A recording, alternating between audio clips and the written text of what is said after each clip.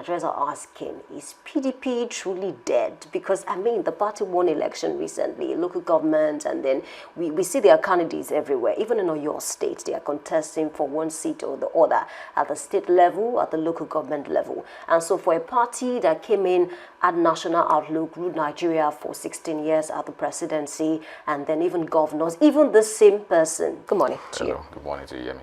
Exactly. So what we have for the big gist, just like I said earlier, I didn't know PDP still exists, allow party to die totally, and that's coming from Akpabio.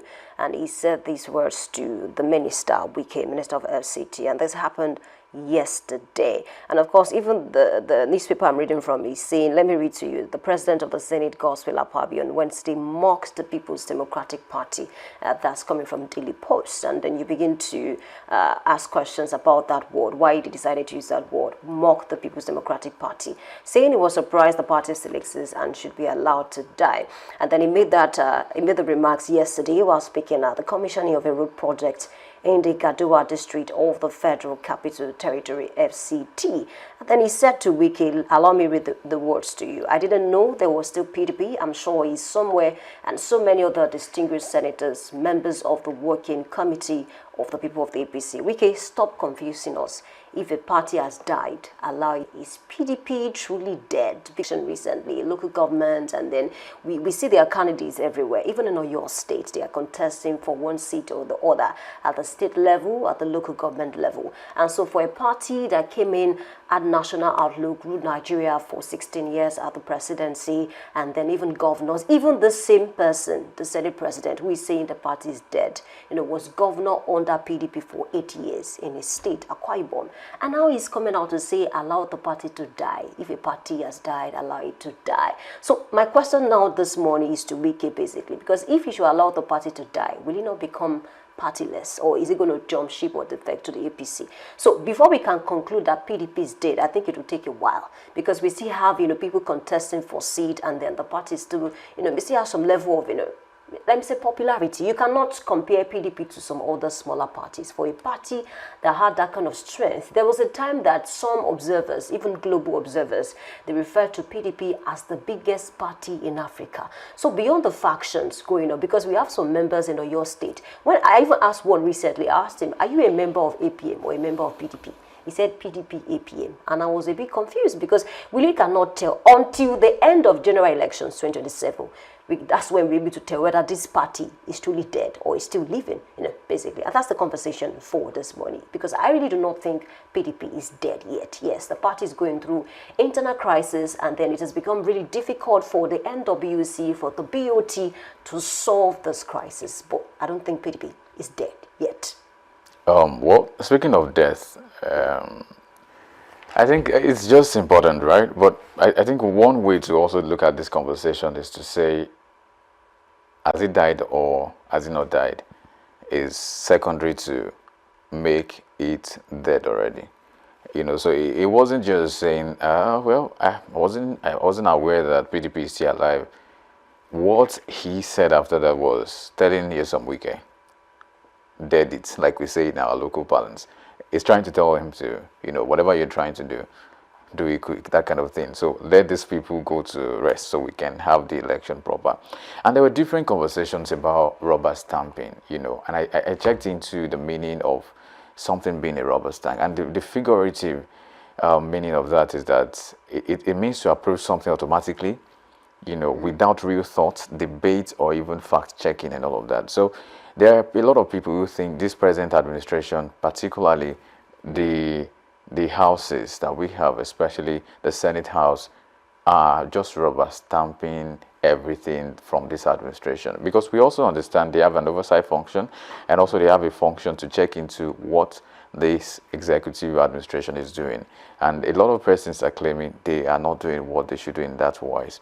But I would not pitch my tent there, but I'm only giving out different ways that people are looking at this particular conversation. Because when he said that, he called Wike a name. He said he's a performing minister. And then he went on to say, if every other minister who had served in Abuja, that is, Wike is now making them look like they just came to drink tea in Abuja. And I'm asking the question, really? Why should we clap for Nyesom Wike because he's constructing roads with the federal money? Why should it be a big deal that roads, which is supposed to be a normal thing in a state or a country, is being applauded, like is getting standing ovation? That tells you the standard has become really low. Apparently, so that's why those people are saying that there's a bit of rubber stamp. I also mentioned that it's not just Wike, that even Tinubu is performing. That this was the way the prince brought it out, that he's doing miracles, and I was like, really, President Tinubu is doing miracles? Okay, I get his point. I see the point he's trying to make, and the point is this administration has been doing a lot of things, and nobody can question that, especially about the macroeconomic and all of that. And they are doing fantastic, right? But now to say from a Senate leader that they are working miracles mean that there's a chance they might not request for more from them.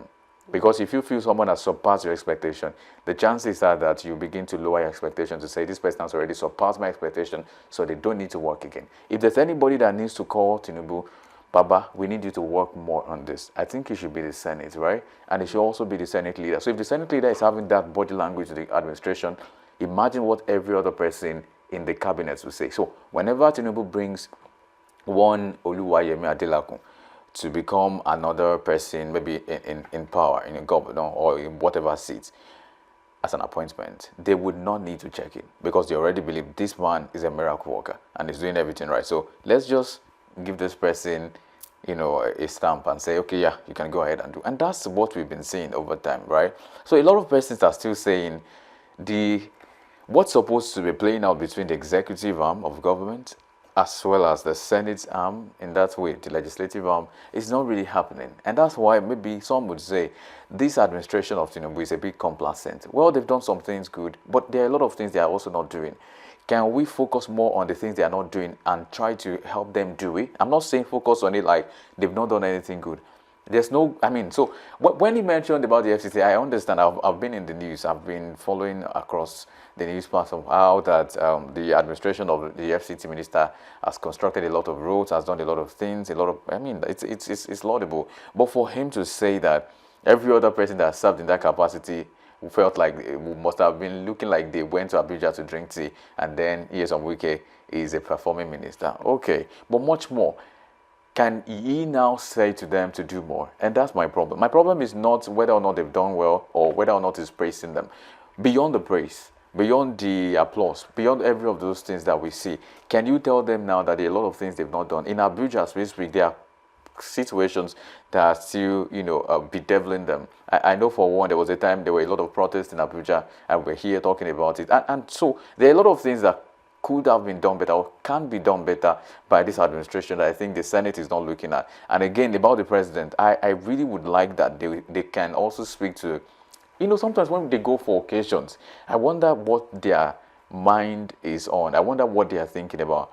Because you see, when a nation is plagued with a lot of insecurity issues, and we have people dying on a daily basis, you see these people coming together doing political movements, and then they are all smiley, they are all jokey, everybody's just trying to throw tantrums, they are enjoying life as if nothing is happening.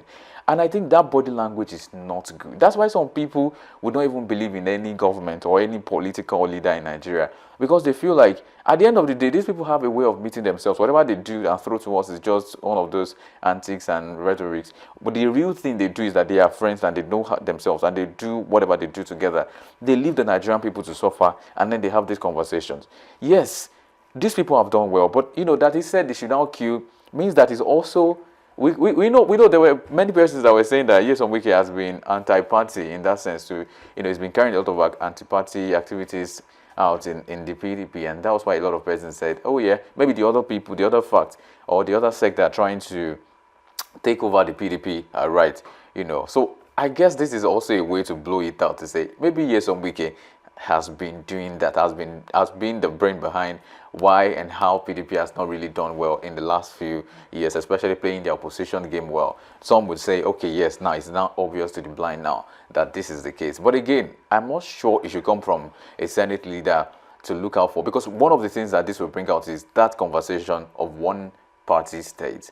And this is yet again a conversation. If you don't want the PDP to contest election, how do you even expect a free, fair, and credible election in the first place, right? So I'm thinking from the angle of the elections to say these I'm not expecting this kind of statement. It was just to, he could have encoded it, right? He could have shrouded it in secrecy.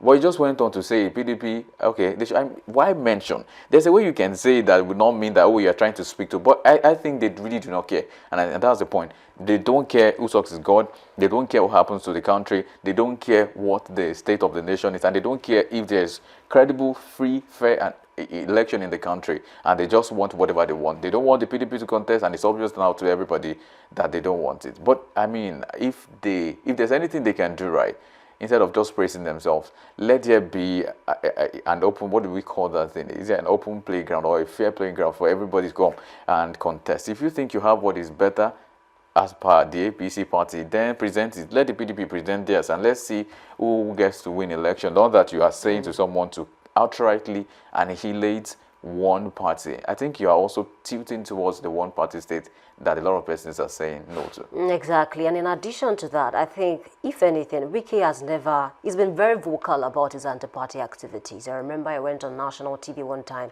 and he said, we worked against the party. And then he was talking about himself and the other governors, the G5. And that was not the first time that we experienced G5 in Nigeria. That was like the second time. So he said quite a number of things. And then he said the reason why they did that was because of the zoning system. According to him, the party should not have zoned the presidency to the north again, because of certain things, because of the party constitution, and because of that he worked against the party. So good luck to PDP now. And now let me just say something. I think you mentioned it briefly. That statement from the Senate president in a way justifies the claim of some Nigerians to say this political party, APC, do not want opposition parties to operate effectively. I remember around last year, even the president himself came out to say the opposition parties are in disarray, and I enjoy watching them. So, I mean, these people they are a bit vocal about what they want, but at the end of the day, it doesn't really make sense. If we say we practice multi-party system, and at the end of the day, you cannot really point to an opposition party that is functioning effectively, then there's a problem. If you look at all those opposition parties now, if from one court case to the other, they don't even have time to plan for the next election. Look at NDC, look at the PDP as well, look at talk to me about the other parties. Look at Accord, look at Labour Party. They are all fighting one battle or another, and it's a problem. And so at the end of the day, we should not begin to look at issues this way, because the global observers are watching, and if we say we are operating a multi-party system, let's keep it that way. If not, let's just switch to one-party system or maybe two-party system. Why should we operate a multi-party system and then the opposition parties are not performing their duties? And this, see, we've never had this bad in Nigeria. Speaking about opposition parties in Nigeria, it's a terrible situation, and I really do believe that it can be better even as we progress. Speaking about the next general elections, and it's a fine place to leave that discussion this morning.